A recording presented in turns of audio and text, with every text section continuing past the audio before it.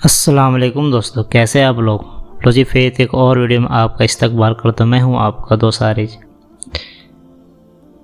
एक बहुत ही कमज़ोरी हमारे अंदर नहीं, ये अक्सर देखा जाता है, ख़ास तौर पर जब मस्जिदों में, चूँकि घर पर तो लोग अकेले नमाज़ पढ़ते हैं, मस्जिद में जब जमात ख़त्म होती है तो पहले सफ़ वाले और दूसरे सफ़ वाले, तीसरे सफ़ वाले को तो खैर पूरी नमाज़ मिल जाती है, लेकिन जो पीछे सफ़ में होते हैं, यानी कि जो चौथे, पाँचवें, छठे या जो भी पीछे सफ़ में हो, जो बाद में जो नमाज़ पढ़ते रहते हैं, अक्सर होता है क्या है कि जब नमाज़ जो छूटती है तो क्या होता है कि पीछे सफ़ वाले की नमाज़ें कुछ तो रख जाती है, लेकिन होता है क्या है कि जो ज़रा सा भी परवाह नहीं करते लोग, तो ये एक बहुत ही इसमें कोताही है, बहुत ज़्यादा। आप अगर कभी फ़र्ज़ नमाज जैसे ख़त्म होती है, आप एक बार बैठ कर देखें, और फ़र्ज़ नमाज ही नहीं, किसी भी नमाज के बाद आप अगर गौर करें, आप 15 मिनट या 10 मिनट बैठ कर देखें कि कितनी कोताही होती है। लोग मतलब नमाज़ पढ़ कर निकलते हैं तो उन्हें ऐसा लगता है कि हाँ बस अंदाज़े लगा कर मैं निकल जा रहा हूँ, सही है, लेकिन मैं देखता हूँ कि डायरेक्ट सीधे निकल जाते हैं लोग, एकदम सीधे क्रॉस। जबकि कितनी बड़ी वईदें आई है इस बार।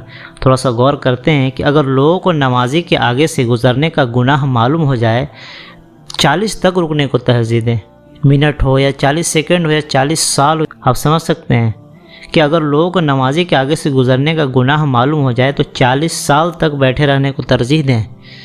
आप समझ सकते हैं कितनी बड़ी बात है ये।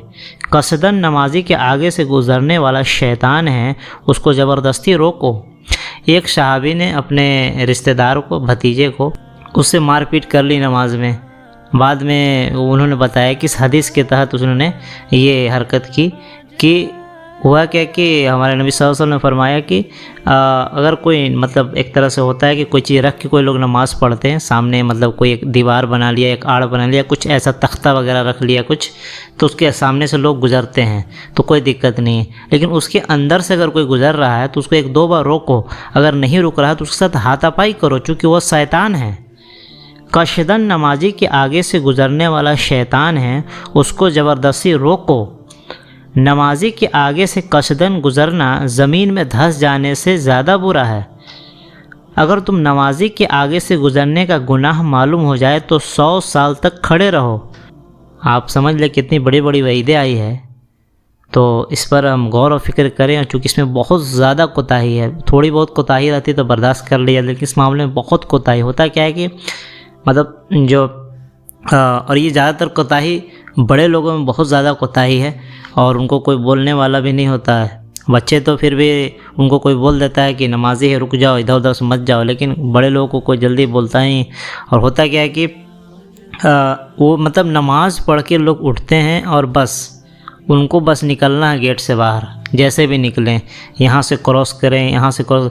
मैंने कितने बार नमाज में लोगों को रोका है हाथ से, या फिर बहुत बार रोका है, लेकिन फिर भी काफ़ी ज़्यादा इसमें कोताही है, और कभी कभी गलती हम लोग से भी हो जाती है। फैक्ट बात मैं बताना चाह रहा हूँ कि जो एक प्रैक्टिकली जो देखा जा रहा है, आप 5 मिनट चैन से नमाज में अगर बैठ जाए मस्जिद में, आप बस वाच करते रहे पूरी मस्जिद का, मतलब ऐसा है कि उसको मतलब ऐसा नहीं कि वो डायरेक्ट बेधड़क चलता है, वो कोई भी नमाजी बेधड़क नहीं चलता है, लेकिन वो है कि उसको वो मतलब एक तरह से दिमाग को अपने, होता है ना कि ये बिल्ली को देखकर, एक कहावत है ना कि कहावत क्या सही है, बिल्ली को देखकर कबूतर अपनी आंखें बंद करती है, लगता है खतरा टल गया है। तो बस वही हाल होती है, नमाज पढ़ के गुजर जाते हैं, लेकिन ऐसा बच के निकलते हैं कि लगता है गुजरे नहीं हैं, लेकिन गुजर जाते हैं पूरा प्रॉपर, पूरा क्रॉस कर जाते हैं। तो जो सही तरीका है उस हिसाब से इसमें, अब चूँकि अब लोग खुद से संभल नहीं रहे हैं, तो इसमें बस वही है कि अब क्या कर सकते हैं कि वही कि पहले सफ़ से, हर सफ़ में एक निकलने का साइड में एक गली बना दिया जाए, दोनों साइड से, दाहिने साइड से और बाएं साइड से भी, हर सफ़ के लास्ट में एक गली बना दिया जाए। यही सॉल्यूशन है कि इसमें कम से कम 50-60% कमी आएगी। लोग इसमें बहुत लोग गिरफ्तार है इस मामले में कि अगर लोगों को नमाजी के आगे से गुज़रने का गुनाह मालूम हो जाए तो 40 साल तक बैठे रहने को तरजीह दें। कशदन नमाजी के आगे से गुज़रने वाला शैतान है, उसको ज़बरदस्ती रोको। नमाजी के आगे से कसदन गुज़रना ज़मीन में धंस जाने से ज़्यादा बुरा है।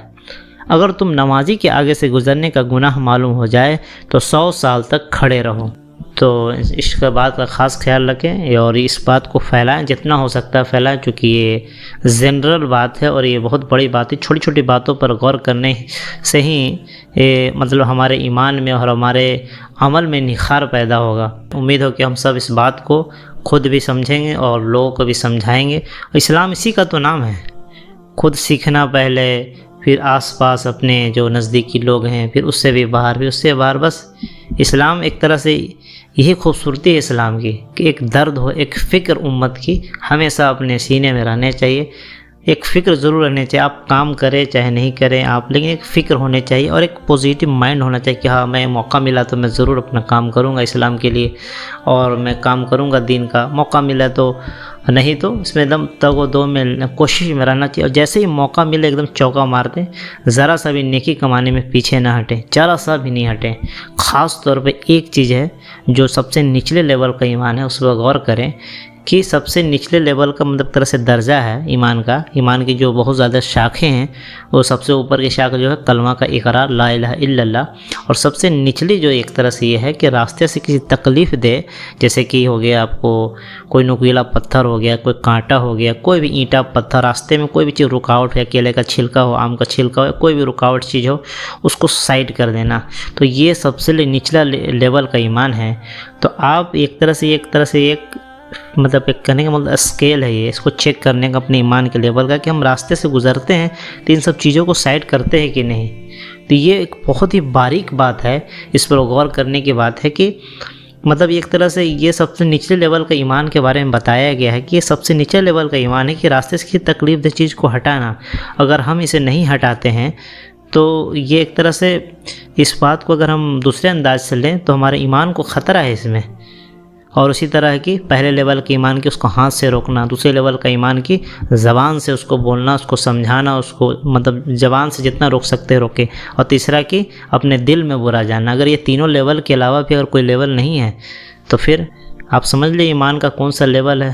بس دنیا کی چیزوں میں ہم جانچ پٹک اور چھان پٹک کرتے ہیں، لیکن آخرت کی چیزوں میں غور نہیں کرتے ہیں۔